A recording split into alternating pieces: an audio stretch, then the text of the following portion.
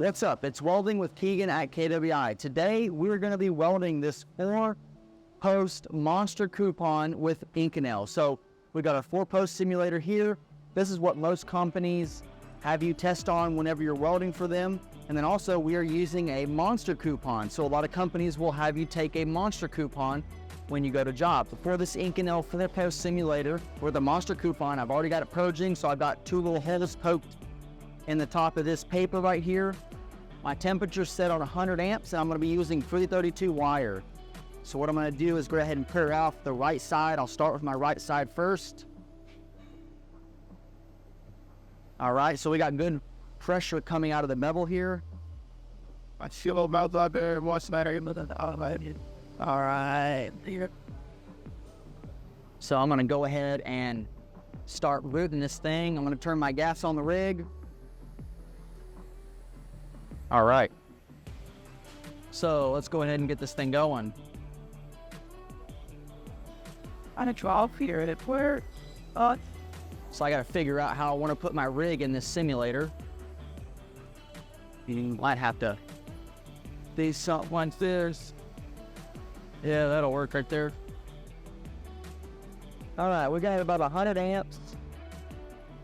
And we're doing a little bit of a keyhole drip technique. Backfeeding and keyhole on it. And we're coming up on this side right here. Now with these 4-post simulators, this one's really tight. You can't weld too much before you have to break arc. So I got as far as I could with that. The root looks pretty good. So I'm gonna go ahead and run this side right here. Now, one of the things about being in the welding industry is being able to walk the cup and freehand. A lot of these welds you're not going to be able to walk the cup on, so it's also good to practice freehand. So here at KWI, we make sure they understand walking the cup, and then after that, we let them kind of just free range. If they like to walk the cup or if they like to freehand, they can take off with that and learn that skill. So what I'm going to go ahead and do here is just do a dry run to see how much I can get. And I'm going to flip my wire around because I don't like using the dirty end of the wire. So I'm going to go ahead and fire out here. All right, I'm going to heat up where I stop. You always want to heat up where you stop. And a little bit of a kilo drip technique. And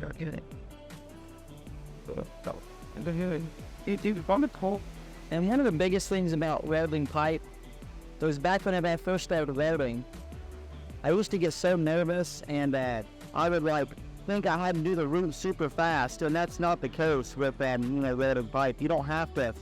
You can take your time and do it however you like, really. We're moving up to the top of the root here.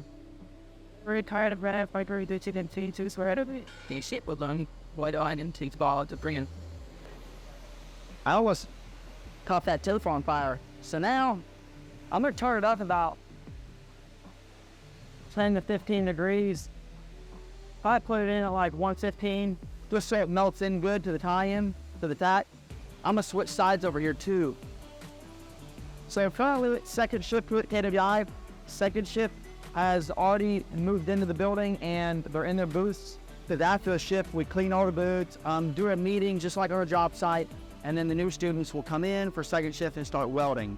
So we run this place like a job, 8 hours a day, 5 days a week, and then also, so you don't have to wait on nobody, you don't have to go through dumb phases, you don't have to take your time, you can go as hard as you want, you can work more than 8 hours a day, you can work 12 hours a day, and you can work 16 hours, okay? As long as there's an open booth, you can come in and hammer it down. And the cool thing is, you can get as many certs as you possibly can here at KWI, so we don't hold you back, and whatever, your tuition to come here, we give you over $4,500 back into the program with certs and training, okay? So try to find another place that does that for you.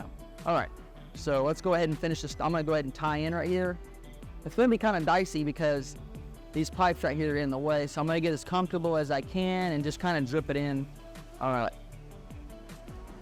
So we're gonna heat up where we took off, and I know you guys can't really see exactly where I'm at with this, but we're tying into the tack right now, nice and slow.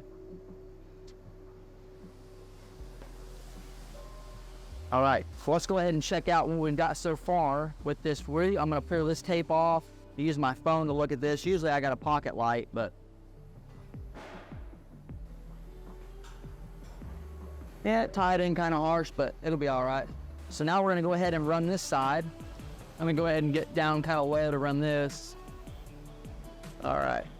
Now, one of the biggest things that people trip out about the Kentucky Welding Institute is they think, we're only a non-union school, but we are not for or against the union or non-union. So what that means is we don't care if our students go union.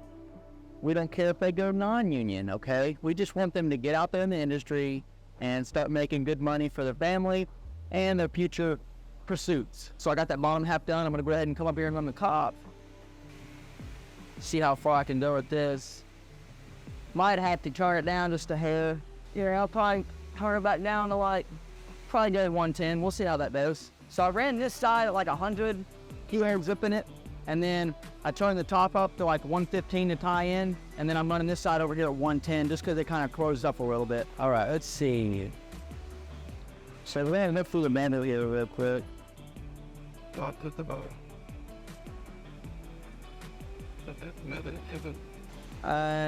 Coming up to the top. Started doing a two-head drip method. Step the tungsten. Gonna go ahead and pop off. And then I'm gonna sharpen my tungsten since I don't like welding with gold tungsten. And one of the crazy things that we see all the time is people don't understand really what we're doing here at the Kentucky Welding Institute. And by that I mean people don't get that we offer a lot more than just carbon pipe. So I'm gonna sharpen this.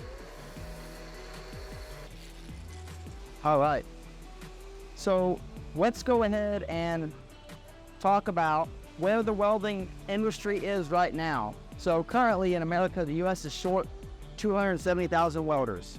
And the average age of a welder right now is 55 years old. So that means there's a huge gap opening up in the welding industry. They're paying welders a lot of good money right now for traveling and welding. Now, if you get a job close to your house, it might not be as much, but with traveling and welding, you can do it while you're young and make good money. And I know some guys, they take their campers and their family and they go travel and weld. The biggest thing about being in the welding industry is you learn how to weld pipe, and for hourlies, it can pretty much take you wherever you want to go. I have a buddy I came to KWI with for now. He's a project manager. I have buddies that I went to school with. They still love welding and they're out on jobs making really good money with the rig trucks and specialty companies and welding and plants and heaters and whatnot. So it just depends on what you want to do with a lot of different avenues that welding can take you. And the biggest thing for me was I can make good money in a short amount of time and I can use that money to go do something else with my time or my life. So that's one of the cool things about welding. Make quick money and use that money to get somewhere else or to get on different jobs, meet people, network. It's really cool. And the biggest thing is you can get paid to see the country welding. So let's go ahead and tie this in. Actually, I'm gonna come over here on this side to get a better reach of it. All right. All right, so we're gonna heat up that spot where we tied it in. Come in and tie it in, and we just tied it in. So we're gonna take it nice and easy and make sure this is melted in here. So that's how you do the root on a 4-post simulator with Inconel. You just make sure you got a good purge. And what I was doing is, I'll illustrate it right here. What I was doing is I was backfeeding it, but I was dripping it. So I'd feed it from the back, fill it up, pour it out, zip it, pull it out, zip it, pull it out, zip it, pull it out, zip it, all the way up. And then at the top, I would just kind of lay my wire over the bevel and just kind of run over it and just make sure it was melting in. And so that's how you do the root with the left hand as well, just dripping it, zipping it, zipping it, zipping it. And one of the biggest things that you need to understand about welding is you have to use your left hand. Like, you can only use your right hand. That's gonna screw you in situations and make you look bad, because I've been on jobs where there's welders that can only weld with the right hand, and then they get put on welds that you have to use both hands, and they go, "Hey, I can't make that, I can only weld with my right hand." And who do they call? They call the welder who said weld with both hands. So if you can weld with both hands, you're gonna be able to weld in your places, and your foreman and superintendents will love you, and they'll call you back instead of that guy who can only weld with one hand. Just see it. Guys will be like this, and then they'll come over here to this side and do this crap right here. But you gotta be able to weld with both hands. It doesn't matter if it's a test or in the field, and that's how you get more more jobs, networking, just simple things like that. People will follow you back because you can do work hands without a problem. So let's go ahead and look at this root, make sure it's in good shape. I'm gonna pull the tape off in here. All right, I'll go ahead and show you guys the root. All right. Take a look here. And it's all right. I fit my tack over on this side right here. And so it was kind of weird tying into it on the bottom, but it's not bad. So there you have it. There's my Inconel root. So what I'm gonna do right now is I'm gonna go ahead and hot pass and fill this thing out. All right, so we're gonna go ahead and tape this back up. We have a little bit of argon coming through just to keep the root safe. You don't want your root to get burned up when you're hot passing an alloy. An alloy meaning Inconel, stainless, chrome, copper nickel, duplex. We're gonna let a little bit of gas pour out here. All right, let's get to it. So I'm gonna turn this thing up to probably like 170. We're gonna start with this right side. Now, I'm gonna go ahead and try to grab as much as I can. Now, one of the big questions that people have about KWI is how much it is. Now, the tuition for the 6-month Comet Pipe program is gonna be about $20,000. And that price changes every July, just because of inflation and the economy. That's gonna be about $20,000. Now, the real question is, what do you get for $20,000 at a welding school? Now, specifically, here at the Kentucky Welding Institute, you're going to get 6 months, 960 set hours. You can weld a lot more than that. And then also, you're going to get real American Welding Society certifications. What does that mean? So, KWI was an accredited testing facility. So, we can test you through the American Welding Society code, and we'll have CWIs that review tests and certify you under the American Welding Society. So it's not just some guys that are weld testing you and giving you a piece of paper that says you can weld. It's real AWS certifications, and the sky's the limit. You can weld every kind of iron you want here. We got clam, Inconel, stainless, super duplex, copper nickel, chrome, and we can write WPSs as well. So if you get a test for a company and they need you to test on Hastelloy or Monel, and we can get the material, write a WPS, and test you on it. So AWS certifications, the sky's the limit because you can go your own pace. We don't hold you back at all here at KWI. Now I'm gonna go ahead and run this other side. Let's see if I can grab this right here. It's kind of weird, I'll still come back right here. Okay, now, what else are you really good for $20,000 here at the Kentucky Welding Institute? One of the biggest things is industry training. So if they're not just going to train you how to be a welder and then send you out the door. We're going to train you how to be the best welder you can do, and then also help you with industry training, like teach you how to be a boilermaker, teach you how to be a fitter, certifications with that as well from the NCCER.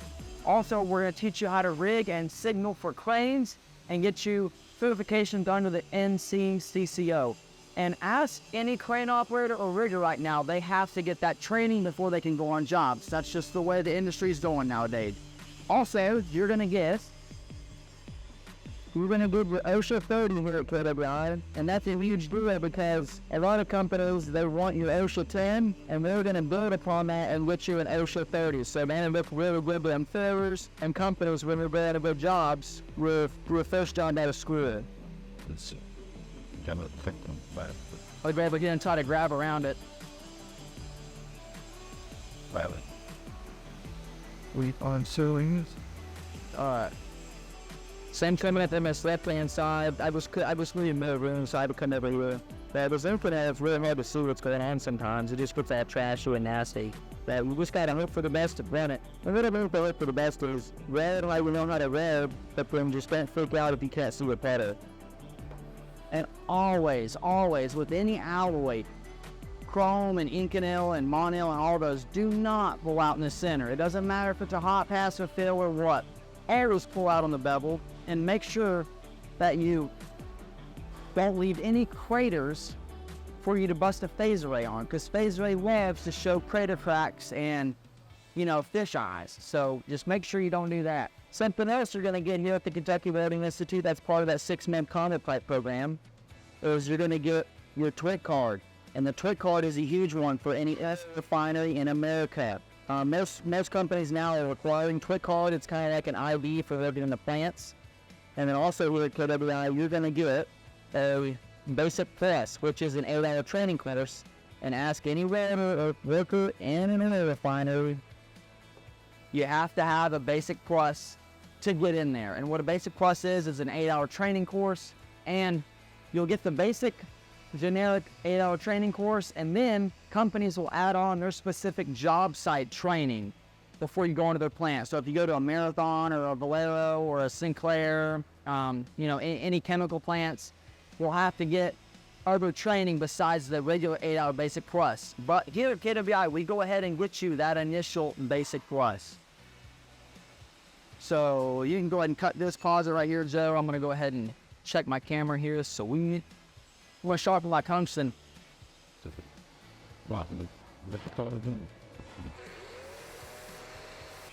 All right, so we got the root and the hot pass in. I'm going to go ahead and take this tape off the top here. We don't need it anymore.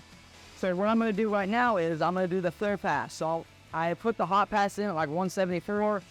I'm going to turn it up so I'd say 186 and do a good third pass. So let's go ahead and get to that. All right, now, another big thing about the Kentucky Welding Institute is we do a random drug test here. And what that means is at any given point, you'll be randomly drug tested. And the reason we do that is because out in the industry, they randomly drug test, and some job sites, they'll do blow for alcohol. So we want the best of the best coming here, and we want you guys going out in the industry and making yourself look good, and also making the Kentucky Welding Institute look good as well, because we just want the best of the best coming here and leaving and going out in the industry. All right, let's go ahead and do this clear pass. So those are the big things you're going to get with coming to our program, and that's going to cost you $20,000. But the thing you got to look at is whenever you're looking at places to go learn how to weld, what are you getting? What are you getting when you go there? When you pay that tuition, how much of it is coming back to you? And let me break that down. So with all of our certifications and with all of our training that we get you, it costs money to put in the AWS certification. It costs money to put in an NCCCO training and tests and certifications. So with all of our certifications, with all of our training, we put over $4,500 of your tuition back to you, okay? So when you come here, you're going to learn how to weld. You're going to get AWS certifications, as many as you can get, and you're going to get industry training. The TWIC card, the basic press, the NCCCO, rigger and signal, the NCCER, boilermaker and fitter training and welder training, and you're going to get an OSHA 30, an MSHA 24, a basic press, a TWIC card, a drug card, a CPR and first aid card. Those all cost us money. You're getting that with part of your tuition. So the real question is, if we put $4,500, over $4,500 back into you, what are these other welding schools doing with your money? So that's the real big question. That's the point I'm trying to get across to you guys. What other training and certifications are you getting there? Now here's the thing too. Everybody's gonna be like, you don't get thrown at the case in the welding industry because you got to go to a test. Sure, that's a valid point. I can pick up my phone right now, make a phone call, and be on a job Monday. But I've been in the industry for 6+ years. So here's the thing. When you're coming straight out of welding school, you don't have any experience, you don't have any contacts or connection. So you're going to need everything you can to get your foot in the door. And that's why you put AWS certifications on you and industry training, okay? So hopefully that makes sense to a lot of you guys who say certification and training on important. They are, if you don't have any experience and you don't have anybody to get in touch with you. And also, why wouldn't you want that training as well? That's good training. Companies don't have to pay for you to get it. It's just a no-brainer. So think about it. Do your research. If we put over $4,500 in training and certifications back to you, what's already there, wherever the school is, do with your money. All right. And we got simulators, we got different alloys.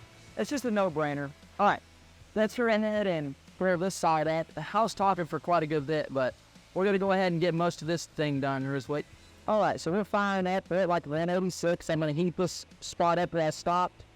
And you really put that roofs Inconel too wide in the 60 position just because gravity fights you and we'll be big rods in the bottom. Now I'm running out of wire here. So I grab another case. This is alright. So then I'll go ahead and fire up. And then we're working our way up to the top. Still running around and running around over that hot pass. After this, I really haven't been streamers. Alright. Now what I'm going to do is come over on this side and run the top half. Bring my rig over here like this. Alright. So we're going to go right close. We're going to come right over the top. And sorry about not having another camera, but I'm just a one-man crew today, guys. So we'll just clear this up. Filling it up. Filling it up. And Inconel turns really nice and pretty too. Alright. So now I'm going to go ahead and run this other side. A big question that we get at KWI is, what is the housing situation? So, we do have housing here at KWI. And it's going to run you anywhere between $2,000 to $4,000 a month. And we are building dorms that are going to be right around $1,800 for the full 6 months. So $1,800 for the full 6 months, or $1,000 for the full 6 months, and anything in between. Alright, so let's go ahead and get this. Fill it in here. And we'll just do working up and down, nice and slow. You can't move too far in this simulator just because greaves are so large. It's first that screen, and they're really close to the coupon. Alright. Go ahead and get this out of the way. Alright, we're gonna run up here. With Inconel, you just gotta move real smoothly. That gotta be moving real fast and cramming it out of the wire. You just want to take it real easy. Alright. So with that stir pass in there, let's go ahead and run some more. So I'm gonna let you grab some more wire. Now, something that I've always done throughout my welding career is be extremely presentable.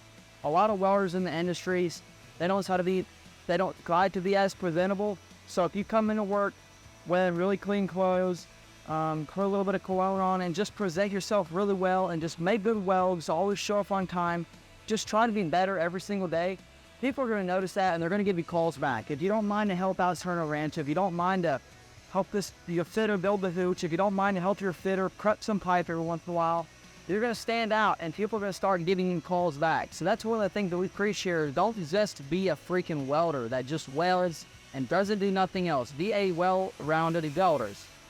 So let's go ahead and get this. Let's take a drink of this. It's called Aspire. It's a new energy drink that I've been trying. Just because, as most of you welders know, energy drinks are our favorite drink. So this one kind of just isn't as much energy. Those have been a couple of jobs where I had like 2 or 3 monsters before I started welding, and I was just all like shaking and everything, trying to put a bead in, and it was wild. So gotta turn it down every once in a while. All right, we're still at 186. Alright, running nice and smooth here. And we're not shedding wire, because with these alloys, you don't want to shed wire. You'll get cold lack of fusion. And that's a big deal with welding these Inconels and different alloys, is lack of fusion. A lot of guys will just leave the wire in the puddle, and that'll create, you're not breaking down the surface tension. Because with these alloys, you want to kind of break the surface tension, pull the wire out, and make sure you're breaking that bottom layer, and then adding the wire back in. I'm going to come over here and bring this side up. All right, so we're gonna fire up, and like I said, always heat up your stabs before you add wire. All right. Anyways, we're gonna come over here and get this side. We're gonna go nice and land, and then let's start running it. One of the big things in the welding industry is take advice with a grain of salt. A lot of people will knock you down if you're younger welders trying to do drills, trying to help out, and they'll tell you not to do those things, but don't be that guy that conforms to doing negative stuff or being negative all the time. Anyways. Anyway, go ahead and run this other bottom side. And that's it. But with them down. Alright, we're coming at them the bottom here. Just trying to fill in as much as we can without getting like a fusion. Do it nice and smooth, just nice smooth movement. Something that's also pretty loose here at KWI is we have a pretty strict attendance policy. We should only miss 12 days out of your full 6-month period. If you miss those 12 days, you get kicked out. So, you know, whatever issue you got going on or whatever things you have going on in life that may cause you to not be at school, you need to try to fix those and make sure that you're here. We give out prizes. Alright, we just had a fire drill here at KWI, so Blake said, you know, there's a fire, we all went to our muster point, and that's one of the big things about being here at KWI is try to make it as real world and industry as possible. You never know when something's going to happen out in the industry, when there's going to be a fire at the plant, and you're going to have to move quickly and get to safety. So we do those things here at KWI. We have you lock in and lock out. We have you do fire drills. We have you spray the bottles to see if they're leaking. We do everything here like industry. So let's go ahead and keep on rolling with this. All right. To shut albums. Yes, silent. Preheat. We're gonna heat up over that bad. And we're coming at them the top side with it. Just moving nice and smooth. Just making sure I'm burning the rest and the metal in the bottom, breaking the surface tension. And it's just that if you got 5 or 4 tests in one day, you probably have to span it out to 2 days. Usually if you go take a test for a specialty company, it's going to take you 2 days of testing, just because there's usually one test proctor and he's got 10 welders in there, and you're trying to get done as quick as you can, but it just takes time because they're busy with other people and welders. Be so sad.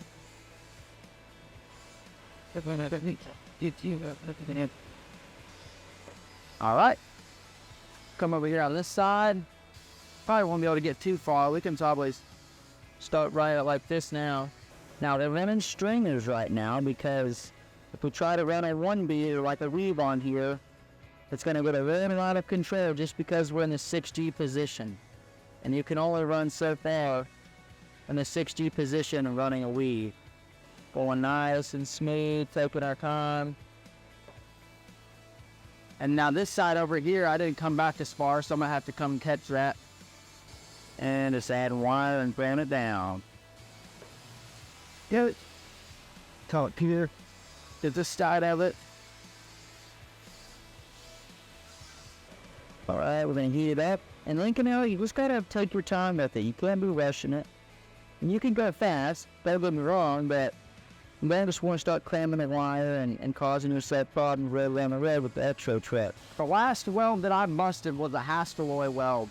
And for some reason, I think there was bad argon or something. We really couldn't figure out what happened, but it was a complete cutout. And it was a complete cutout on an 8-inch Hastelloy line. And Hastelloy ain't cheap. It's a very expensive metal. But I've been with the company for them, they were cool guys, so it would have been too big of a brew at that. You just gotta be really quick because you never know what kind of materials and gas you're running. Make sure your hoses are ran right, make sure you got the right wire. That's one of the biggest things that busts people in the welding industry, is not using the right wire on a complete weld, and then it puts them in a really bad situation. All right, we came up with a smooth with it. Just running our wire, dabbing it, making sure we're matting it in. All right, sweet. So let's go ahead and fill up some of this. Whenever you have low spots, you may need to just step them in a little bit. So, sweet. All right. So we got most of this filled up. We're trying about pretty decent. We're gonna come over here and run this bottom side. So this is basically all you do when you go take a weld test or weld test here at the Kentucky Welding Institute. You just keep going round and round and round, and once you do for a while, it kind of gets ingrained into your system and you really don't think about it anymore. Because now, I used to freak out about weld tests, but now I don't freak out anymore. It's just another weld. We're gonna go ahead and run this side. Right, we're coming up with it. Nice and smooth, not trying to go in a hurry or nothing, just nice and easy. And that's the great thing about KWI is you don't have to have any experience about welding, and you can come here, you can come out of it at pipe welder. But we've had tons of people come here, never had any experience welding, and they come out, they're able to get their foot in the door, start traveling and welding and making good money. And I'd say after about 2 or 3 jobs, you really get the hang of it. You start getting comfortable with welding and being under pressure of getting extra welds done and fade-away welds. I ran a hot pass, I ran a bigger weave over it, and then I did a 2-stringer. Now I'm doing a 3-stringer. So let's get over here.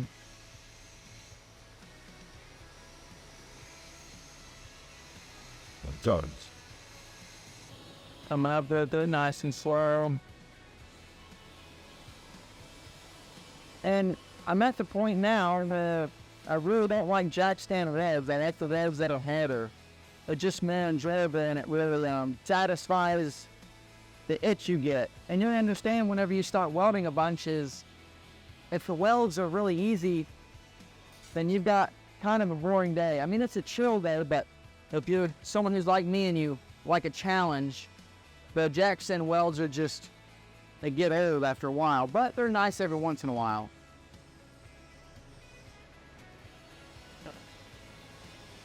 All right, we're kind of dripping it in here because we got a little bit of a valley going on. Let's see.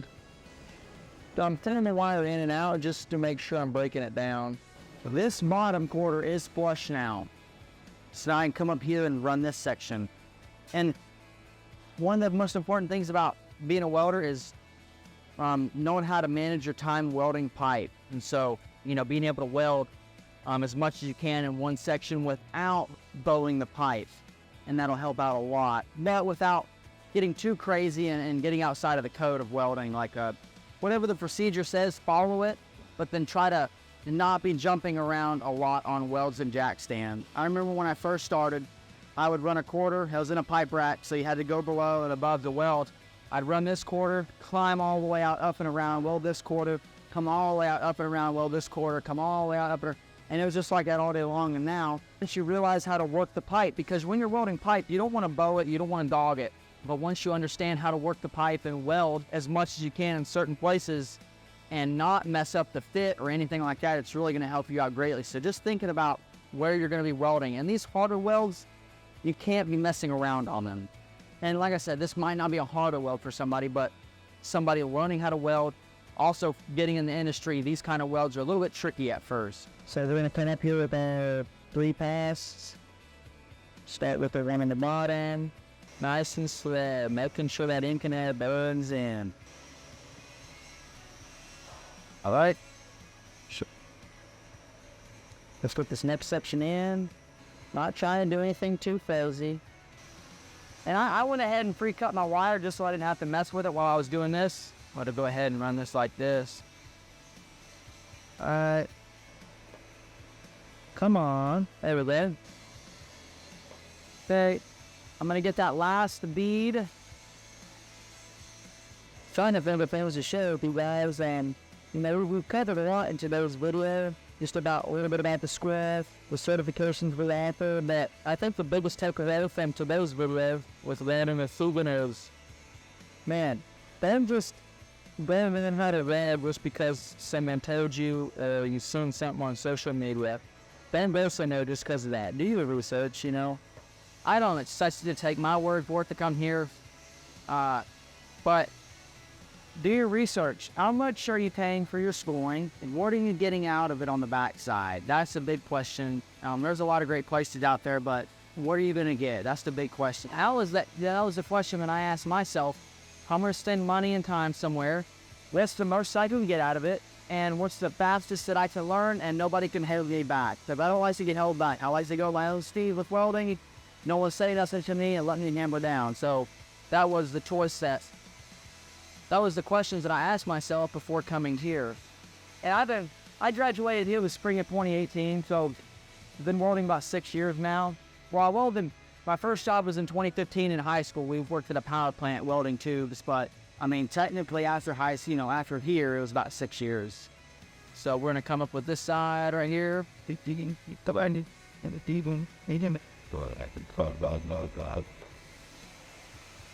All right. Gonna run this up a little bit. So I'd like to thing to do.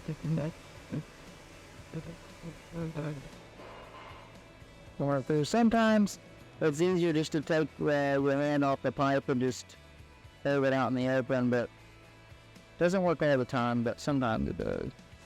And we're gonna come back and grab some more. I know, but and at team out. All right, so looking at the time, that's all we got for today. So hopefully you got some value out of today's little welding lesson on this 4-post simulator. And just, here's some advice. Check out where you're gonna go learn how to weld. Make sure they're offering you as much as you can get. We have AWS certifications, all different types of metal materials, simulators, and we get you real world training besides welding. So that's it for today with Welding with Kegan. Hope you enjoyed this 4-post simulator with the Monster and Inconel. So I'll give you guys a close-up of what it looks like, but Inconel is just really trashing metal. So thanks for joining me today, and I'll see you on the next one.